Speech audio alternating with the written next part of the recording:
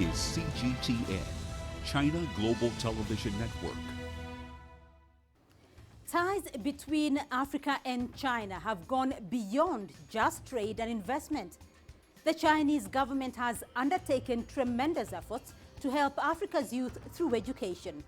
A UNESCO report highlighted that China is set to offer 12,000 scholarships to African students in the coming academic year. This is more than the leading Western governments combined. Now, during the 2018 Forum on China-Africa Cooperation, FOCAC, China made a bold pledge to offer 50,000 scholarships to African students from 2018 to 2021. Even outside of scholarships, many African students have shown interest to study in China in recent years. In 2018, the number of African students in China reached an all-time high, with 16% of all international students in the country being from the continent. The year saw a huge jump in African students from having less than 2,000 students in 2003 to over 81,000 in 2018, and became the most popular destination for African students after France. This week on Talk Africa, we will explore how China's scholarship program for African students has helped it forge a deeper and more meaningful bond with Africa. I'm Beatrice Marshall. Welcome to Talk Africa.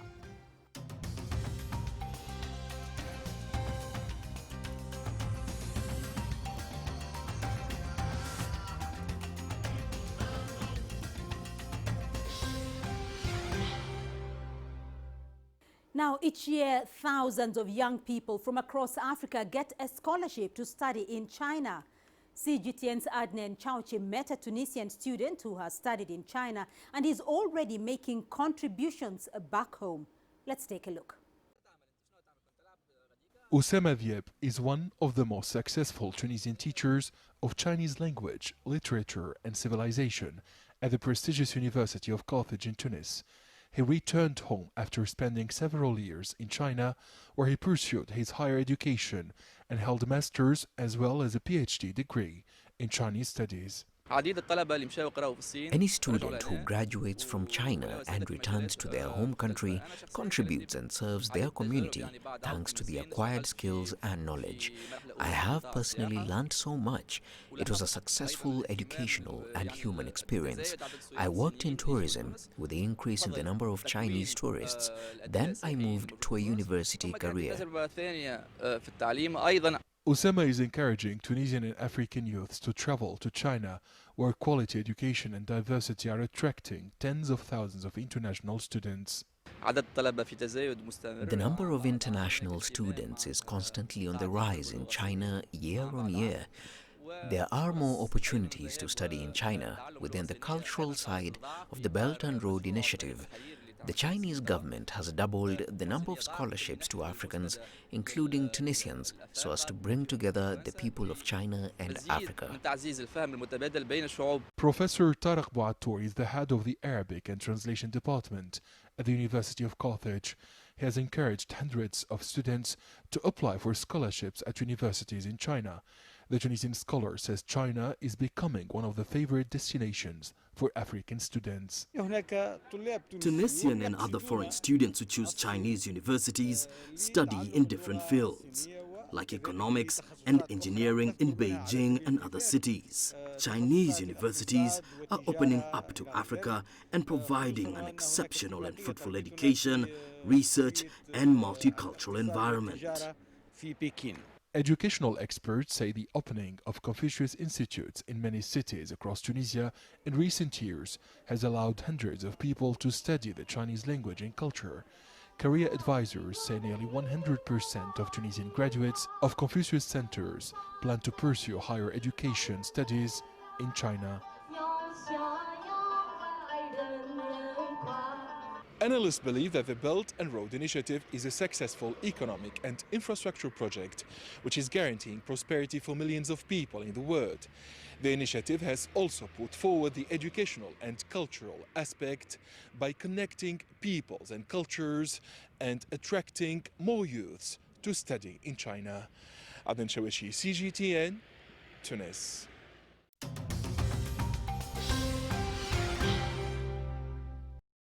Let's broaden this discussion a little bit now and get joined by our panel of guests. In Johannesburg, South Africa, Dr. David Monyae, he's the director at the Center for Africa-China Studies at the University of Johannesburg. In Beijing is Dr. Wang Yan, Associate Research Fellow, the National Institute of Education Sciences. And also joining us from Beijing via Skype is Mendo Joseph Olivier. He's a PhD candidate at the Peking University School of International Studies. Welcome all, and thank you for joining us on the program today. Dr. Wang, let's start off with you and get an assessment of China's decision, because China has raised its support for Africa's education, raising about 12,000 university scholarships to African students for the next academic year. First of all, what is informing this decision by China to raise its offering for Africa's education support? And is this an actualization of the 2018 FOCAC pledges? Yes, it's this is related to the prior agreement reached among the Chinese leader and also the leaders from African countries, and also why China has offered such a large number of scholarships to African students. The first is, my understanding is China has gone through developmental stages from relatively low socio-economic status towards relatively better off society over past decades. This enabled China to understand the needs and expectations of developing countries in Africa. In particular, education is the cornerstone of national development, and education trains the talents or human capital for the social and economic development. Just like over past 4 decades, the China's opening up and development is premised on the development of education and cultivation of the talents. So that's the one reason. Another is because if you look at the UN SDG Goal 4, it's expected that all the countries can realize inclusive and quality education to enable the children, the boy, complete primary and secondary education. But as far as we know, the Africa is largely off the track, and it's estimated there will be 200 million out-of-school children all over the world by 2030, and a large proportion will be in Africa. So I think this is for help to realize the inclusive and quality education goal. And another reason is when COVID-19 hit the world, many countries now are going through economic or financial difficult times, and also in Africa is very in need of such kinds of help. All right. So let me just get your perspective, Dr. Monyae, because in 2003, reports indicate that there were less than 2,000 African international students studying in China. Today, China has the largest number of African international students in the world. How do you explain this dramatic increase in numbers of African students heading to China for international study? There are a number of reasons. I think my colleague has touched on a number of them.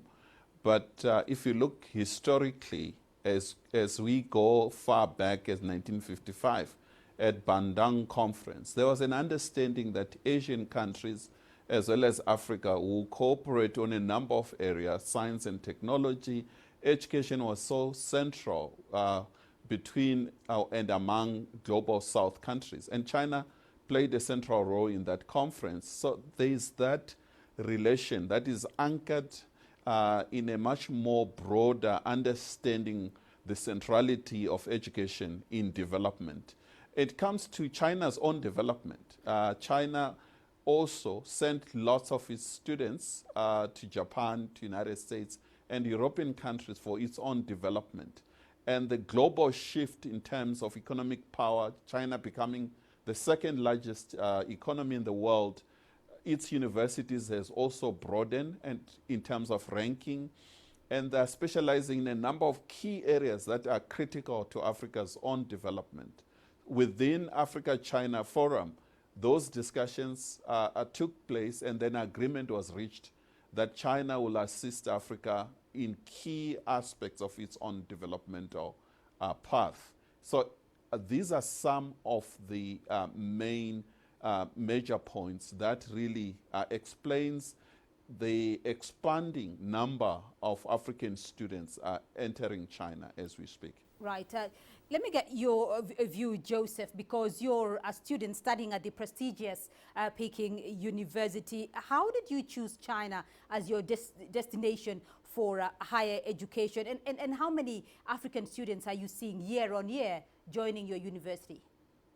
Okay, thanks for having me. Actually, I chose to come to study in China based on the increasing relationship between China and Africa. I saw many more Chinese going to Africa. I saw many more new faces, and I got curious about what they were doing, and I wanted to actually understand, to push forward. So that's why I decided to come to China. And at the time, there was a Confucius Institute. If we can see that there are many such institutions in Africa. Confucius Institute acts like a bridge. So, in terms of Africans here in Beijing or in China, I think it depends on hubs. It depends on majors. So, if we look at the China universities and college admission system report, we would see that earlier in the days, like let's say 2012, 2013, medicine, engineering,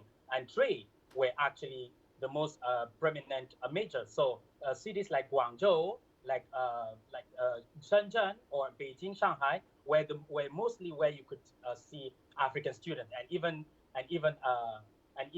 the northern part. But now, currently at Peking University, we are still a minority, about like 150 students. But now it is a much more like major-like. It is much more broad. All right. So, Dr. Munyai, according to the Financial Times, though, China is now the leading destination for African students, surpassing, those seeking education in Western universities. In terms of matching that 21st century competencies, as Dr. Wang has mentioned, what do you see practically when these students return home? I think what is happening is the phenomena of globalization. And we are right at the threshold entering into the fourth industrial revolution. And the question of culture becomes quite critical. As much as we talk about robots, artificial intelligence, Internet of Things, culture play a critical role in achieving those strategic objectives.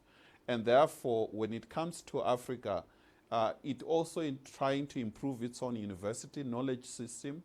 And currently, as we face the COVID-19, and you see a lot of learning and emphasis on health issues. The other element that is being emphasized is agriculture, climate change, and you see more of that. My colleague mentioned the issue of Belt Road Initiative. So therefore, engineering and other areas are also covered quite prominently. To ensure that the continent in the next 10, 20 years, it does not depend on external role players to build their own bridges and roads. So Africa is building its own capacity to play a critical role in the making of the Belt and Road Initiative, including its own Agenda 2063. And therefore, I think at the level of coordination, all African countries are prioritizing their developmental needs in doing so. So let's get a feel of that building capacity and get the practical, benefit of Joseph's inside knowledge here. Joseph, what are your expectations upon completion of your study? Definitely, it is true that a lot need to be done to improve the relevance of the training, of the training courses for African students here in China. But I think after completion, I might definitely either go back to Cameroon or go back to Africa, to any African countries to contribute because as African students, being formed here in China, we are like bridging the two cultures. We are taking actually the lead. We are the foundation of this FOCAC or Belt and Road Initiative or any platform or any China African platform. So definitely the needs would definitely to be to go back to the continent and to contribute to its development. All right, Dr. Wang Yan joining us from Beijing, Dr. Monyai and Joseph Olivia Mendo. Thank you for joining us on the program, but do stay with us. For now, we're going to take a short break. When we come back, we'll have more on China's scholarship program for African students. Stay tuned.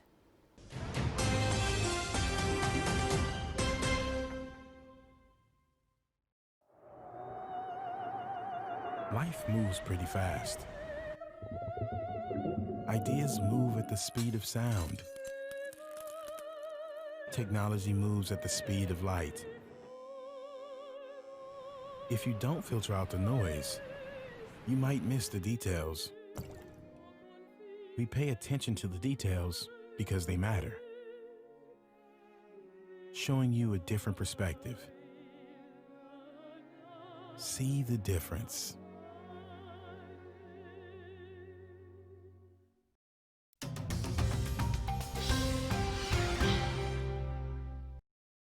Welcome back to Talk Africa. Now let's continue our discussion. Still joining me from Johannesburg, South Africa is Dr. David Monyai. Joining me from Beijing, Dr. Wang Yang, and joining me from Beijing as well, Joseph Olivier Mendo, joining me via Skype. Now I want to get a comment from you all in terms of strengthening the education scholarships between China and Africa, because in many ways the students, as you've all mentioned, are the building blocks to economic development back in Africa. In order to make this a win-win situation for both China and Africa, Dr. Wang, let me start off with you. What are the critical factors that should be considered essential if it is to benefit both China and Africa equally?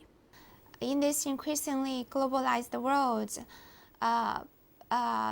in terms of human resources development, we do need the people who have the global competencies, who can understand the other culture and who can work effectively and enjoyable with people from the other culture. In that sense, what African students will learn from their study experience in China is not only the knowledge or expertise, but also these kinds of competences that will be very critical for their future development. That's also the same, is the same as the Chinese students that they will study together with. And I see the many qualities are similar in between the Chinese and African culture students. Is they are very diligent and they are very open-minded, and they could learn very fast. And I believe that through these kind of experiences, in particular, as I said, China is a developing country that has gone through the difficult times especially in terms of the economic development that Africa, many countries are now going through. Probably they could understand each other better and they could work together with each other better. And this will also lay the foundation for the cooperation between the students. Now they're students. In the future, they will be the cornerstones in the labor market and also for their national developments in various sectors. All right. Dr. Monyai, this is beneficial for the labor market for China and Africa. In order to strengthen it, though, what are the key pillars you think could be considered? I think what is critical to consider is the question of understanding environments, not just as the case now that the bulk of students are going to China. There is also a need for Chinese to come to Africa, understand the African culture, also do studies on the African continent. There's a number of things that they can do in terms of their experiments, research-wise. And some of the factors that also has to be considered is that at the highest level of power, in future, I think these students will understand each other as future leaders. If they have been to each other countries and they've studied together, they will understand and cooperate it much better, not just between Africa and China, but even at a global level. dealing with other global issues of peace and security, there will be a much more understanding and cooperation, and therefore culture and understanding each other's civilization is quite critical. Another important pillar is also that whether for China or for Africa, our understanding of education has always been Western-centric. And what we see happening at the moment between Africa and China at education level, it's opening up of that education, that our understanding of education, it should not just be Western.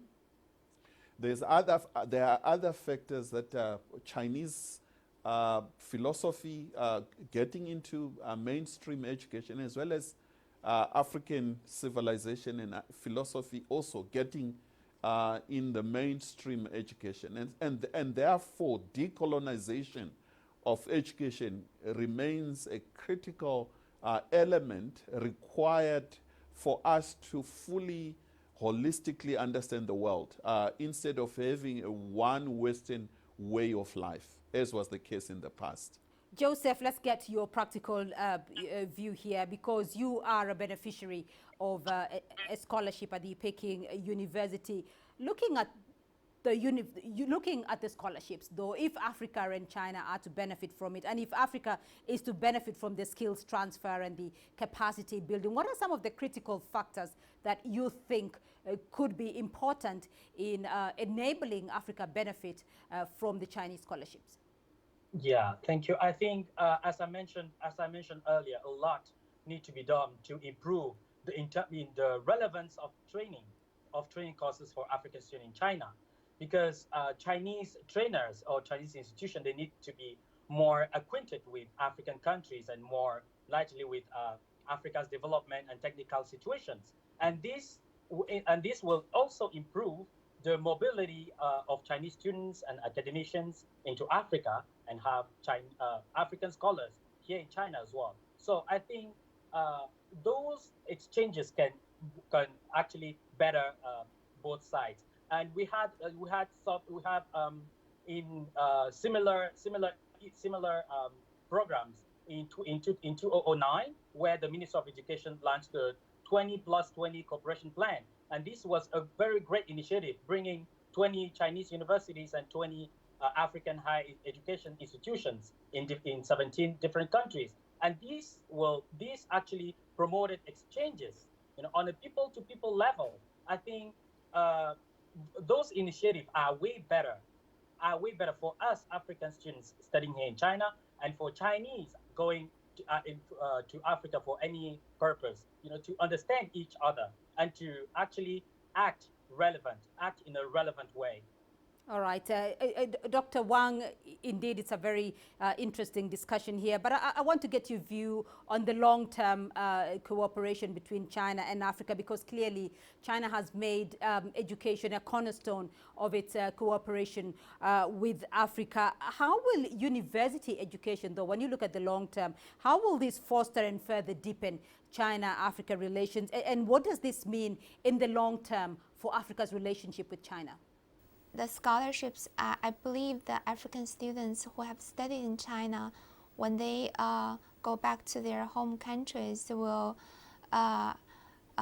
serve the kind of ambassador. Will, on one hand, they will help the people in their home countries to understand better about China, and also to initiate and engage in more or promote more cooperation with China. On the other hand, actually this will help the Chinese students to understand and also appreciate the beauty of African culture, to understand about the social and economic developments in African countries. So this will definitely deepen the exchange and cooperation between the China and Africa. And then on a larger scope, if we look at the social and economic development, this will provide a stronger human resource base or human capital base for the development in not only African countries, as I said, because this will help also they diversify the cultures on the Chinese campuses, and also this is kind of like a booster also for the higher education in China. So this will also be kind of like strengthen the cooperation between strengthen the development of both China and Africa for their mutual benefits. Then over the long term, with all this deepened understanding and more solid collaboration foundation, I will see more exchange and cooperation in depth and also more broadly between China and Africa in various sectors that will contribute to the development in respective countries. All right, Dr. Monyai, and I do come back to your comment about being Western-centric as a result of Africa's long history of colonization there. But in the long term, though, what do you see as the implication of this in terms of strengthening a China-Africa cooperation? I think it is going to strengthen the relationship at all levels. Historically, it has always been Chinese and African politicians getting along, understanding each other, but when it comes to people, the relation wasn't that strong at a business level, and therefore you're going to see more of this scholarship benefiting people far beyond your higher education, university knowledge, also to have your technical skills, basic learning on how to do business entrepreneurship, and this must take place in China as well as on the African continent. Quite a number of Chinese entrepreneurs who are on the African continent. I think before they come to Africa, they should and must learn African culture, African environment, for them to really work conducively and for the benefit of both China and Africa. All right. Joseph, Olivier, you have the final word on this as well, because you are a beneficiary of that scholarship. Your take? I mean, for a future perspective, I see more African coming to China. I see more curiosity between China and African, especially considering the fact that both share more and more platforms. And also, especially because both sides' relationship gradually falls down into the people-to-people contacts, which are central to the making a giant strength in many fields like trade, investment, and technology. And you know, in many, I would say, let's say in 10 or 15 years, I see through tertiary educations, we will have many more exchanges. We will lower the barriers or the cliches between the two. We will also not only based on a governmental level, but also focused on the people-to-people exchanges. Thank you. A very insightful discussion indeed, and that's all we have time for on this edition of Talk Africa. A big thank you to our panel in Johannesburg, Dr. David Monyai. He's the director at the Center for Africa-China Studies at the University of Johannesburg. In Beijing, Dr. Wang Yan, Associate Research Fellow at the National Institute of Education Sciences. And also joining me from Beijing via Skype is Mendo Joseph Olivier. He's a PhD candidate of the Peking University School of International Studies. Remember, we'd love to hear your feedback, and do keep the conversation going online through our social media handles on Facebook, Twitter and YouTube. And do tune in again next week for more Talk Africa. From me, Beatrice Marshall, until next time, it's goodbye.